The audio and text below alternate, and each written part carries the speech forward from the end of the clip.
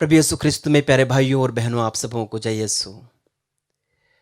आइए आज हम प्रभु की दिव्य वचनों के ऊपर मनन चिंतन करें।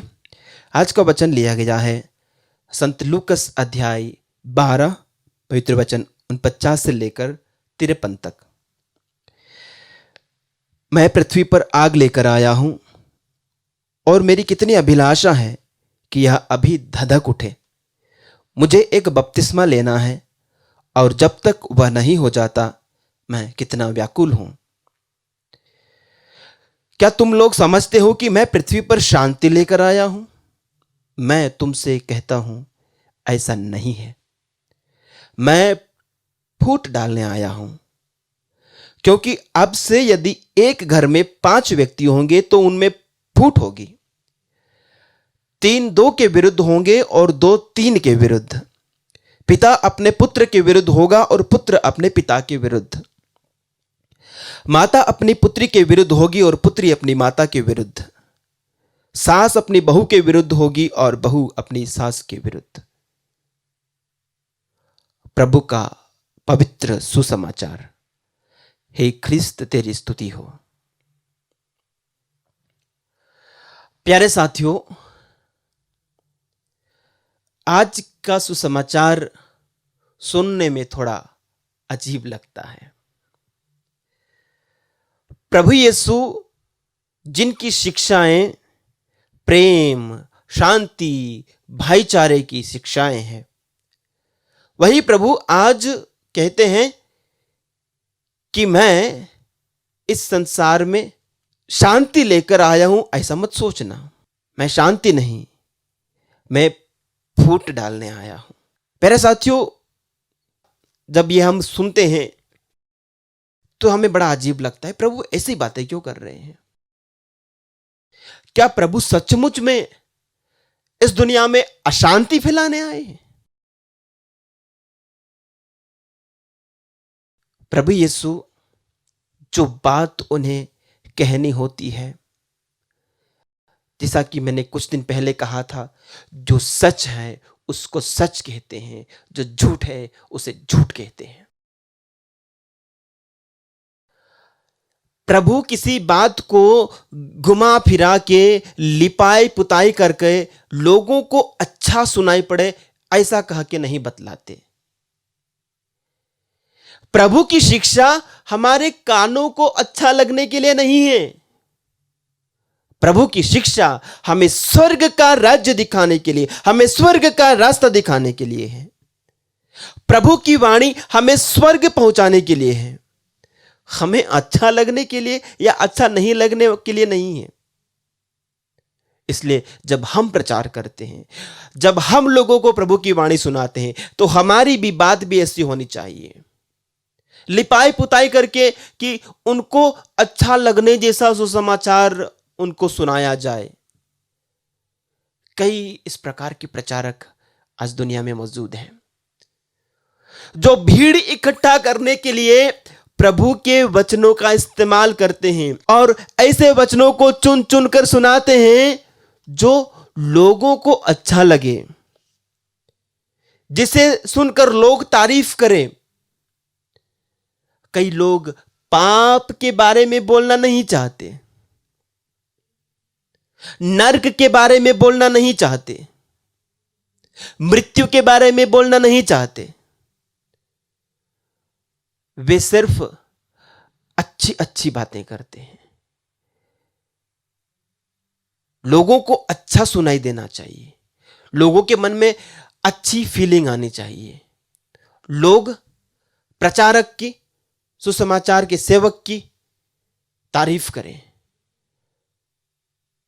लोग प्रीचर की प्रशंसा करें कि आपके संदेश बहुत अच्छे लगते हैं, और वे लोगों को बुलाते हैं कि आओ, प्रभु यीशु तुम्हें चंगा करेगा, प्रभु यीशु तुम्हारे फाइनेंशियल प्रॉब्लम को दूर करेगा।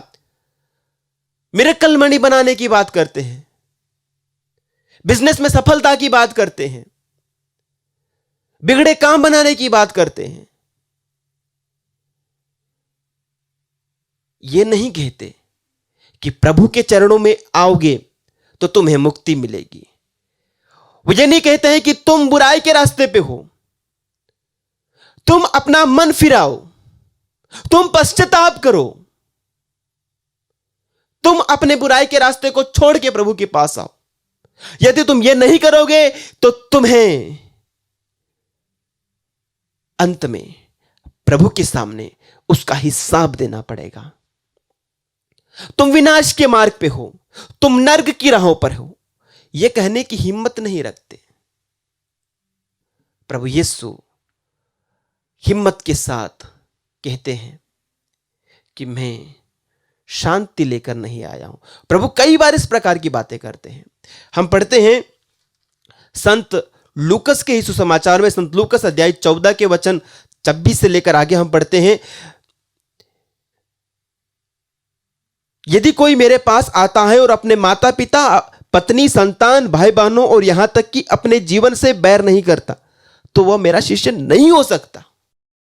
हमें अपने परिवारजनों से जब तक हम बैर नहीं करेंगे, हम प्रभु के शिष्य नहीं हो सकते। जो अपना क्रूस उठाकर मेरा अनुसरण नहीं करता वो मेरा शिष्य नहीं बन सकता।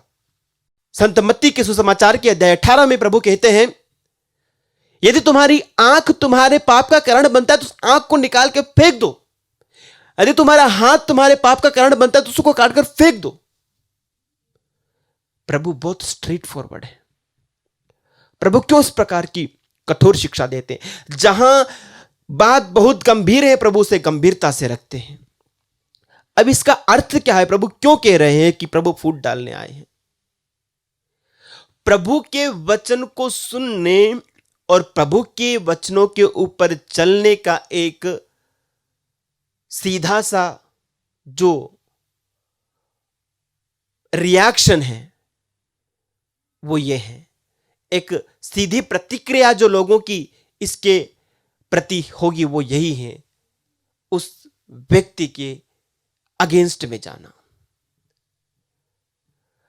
प्रभु का जो मार्ग है वो इस दुनिया का मार्ग नहीं है।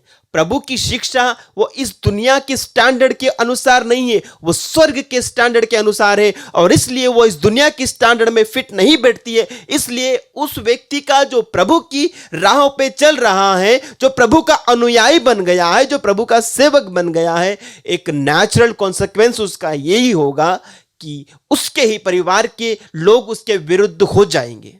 प्यारे साथियों, आप अपने आप से पूछें, क्या कभी किसी ने प्रभु के वचन के पर चलने, प्रभु की बात मानने के कारण, सुसमाचार के उसूलों के ऊपर चलने के कारण, क्या कभी किसी ने आपका विरोध किया? किसी ने आपकी बुराई की? किसी ने आपको भला बुरा कहा? किसी ने आपको कोसा? किसी ने आपको प्रताड़ित किया? यदि नहीं तो शायद आप खुल करके प्रभु के वचन के ऊपर नहीं चल रहे हैं। आप पूरी तरह से प्रभु की वाणी पर अमल नहीं कर रहे हैं। जो कोई प्रभु के वचनों पर चलता है कहीं ना कहीं अत्याचार, कहीं ना कहीं विरोध का सामना जरूर करता है। आइए प्रभु से प्रार्थना करें, हे प्रभु हमें अपने समान तेरे वचन के ऊपर दृढ़ बने रहने के लिए, दृढ़ता पूर्वक चलने के लिए अनुग्रह प्रदान कर।